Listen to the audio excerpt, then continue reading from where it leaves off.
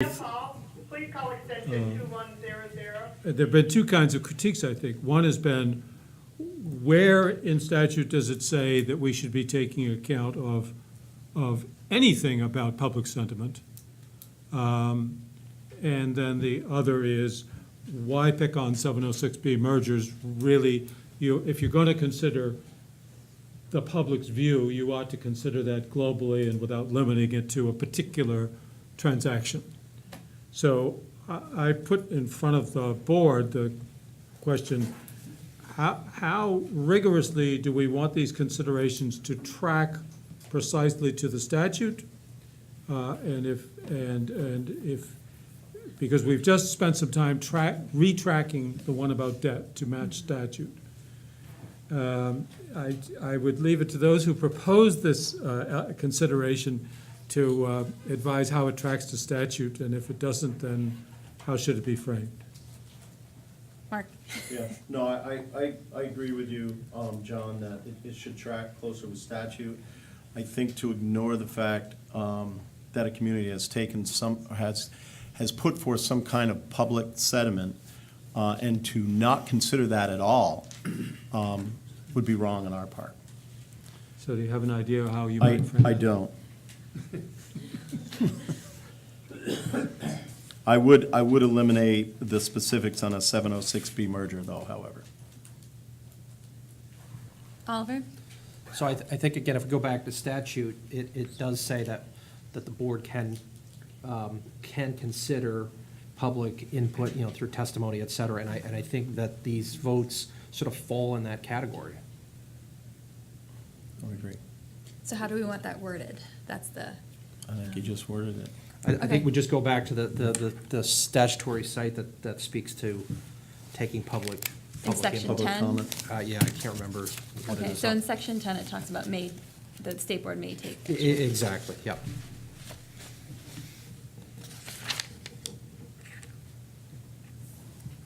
And I think what we've seen are people bringing to the board sort of, the results of these various votes and how they're being interpreted, and that's all public input into the process.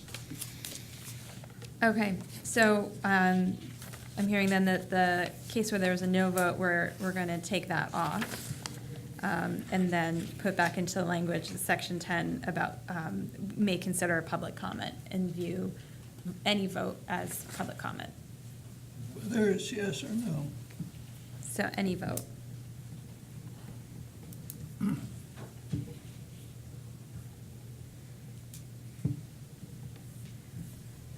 Okay, Stacy? Well, yeah, are we gonna, if we're gonna list out, are we gonna list out or just public, are we just saying public comment? Because that's what statute says. If we were to list out, I think since there were a wide range, it might be. We don't want to exclude anything. Yeah. Right, say, there were survey results, there were straw votes, there was a wide variety of things, so I guess I would like to be careful that we're either just saying public comment and or if we're gonna list. Just say public input Public and input. reference the statute.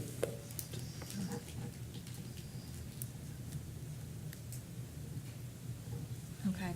Yeah, well, Yes. it's in the statute for this, if you want the site, it's section 10, 2B, sub B, and the language says, the board shall review and analyze the secretary's proposal under the provisions in subsection A. It may take testimony or ask for additional information from districts and supervisory unions, shall approve the proposal either in its original form or in an amended form. So it's the may take testimony is what you're saying is the place where this community input Yep. registers with us. Okay. Because it's all been presented to us in the form of testimony.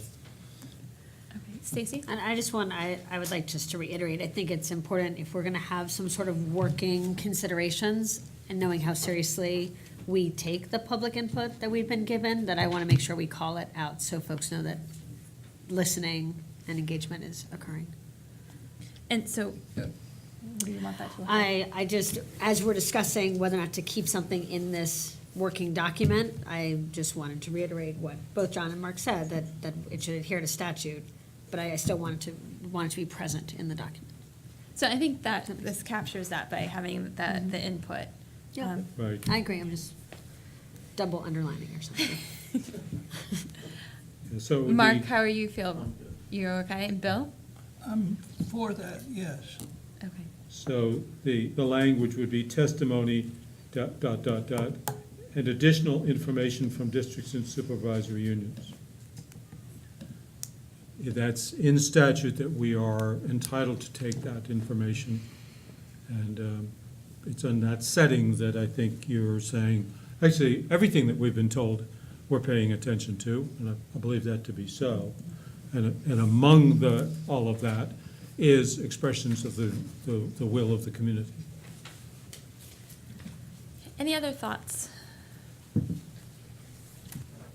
Other ones that we haven't talked about are districts have formal agreements and or processes underway to merge governance, examples being joint school district or interstate compact. Any changes or amendments to that people want to make or propose?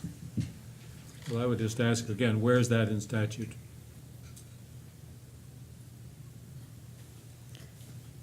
And I think that's where it goes to, in the statute, would be practicable and the not having a definition of practicable. And is it practicable to merge people that are already working on a compact they're already entered in? So I think that's the whole reason we started doing this, was that there is not a definition for that word in the bill. And Well, it was but all- never defined. All of and- these are attempting to describe what is practicable. Right. So but all of the ones we've discussed so far are founded in the language of statute. I'm asking the question, where is the phrase districts have formal agreements, blah, blah, blah, founded in the language of statute? Mark? I don't think it is. Doesn't mean we can't consider it, That's but I right. just wanted Right. to be Right. clear. Yeah, and we may Yeah. want to just strike it, you know? Mark? No, I would agree with that, Okay, that's it, I think. because, I mean, in considering public comment, and if they've entered into these kind of agreements or processes, That's a- that that's a- factors into our decision-making. That's a great point. I think we strike that in deference to the point we just agreed to before. Okay. Then, John, have at this one. Non-contiguous to a like operating structure unless offered under an AGS proposal. Oh, that does come from the AGS. That does come from the language. Well, it does come from the language with the AGS that schools can propose plans that are non-contiguous. But it doesn't, in fairness, it doesn't say that we can't, but it does give that power to the AGS proposal. So, I mean, it could be interpreted that way. But thoughts on that? John? Well, I just wonder how that applies to a proposal of the secretaries, since it's a sort of an exemption granted to AGS proposals, but it's not an exemption granted to, or even associated with the secretary's proposal. Right. So I kind of wonder how it's even pertinent. But I may not understand correctly. Yeah, and I think, you know, I heard, and we've heard this a few times, and it keeps coming up about geographic isolation, and I just can't say it enough. That at this phase, geographic isolation there's nothing in there. That was in reference to voluntary mergers, and the idea you couldn't create a merger scenario that orphaned somebody and then they became geographically isolated. But there's actually in statute, in the phase that we're in right now, there's nothing around that. And the only mention of a non-contiguous district is In the explicit AGS. authorization for an AGS proposal coming from a district or group of districts. So I think just to simplify, I think maybe this one would strike as well. So how do people feel about that, striking of that one? I'm okay striking it as long as I would support mergers of districts that leapfrog over communities. So I'm okay striking it, but I do want to reserve my rights later to, Consider something else. yeah. Well, I think this is where our judgment Before it comes gets into there. play, and, you know, we're never gonna be able to, I know we've been struggling with this word practicable. And what we've been trying to do here is to tie tie things back to statute where we can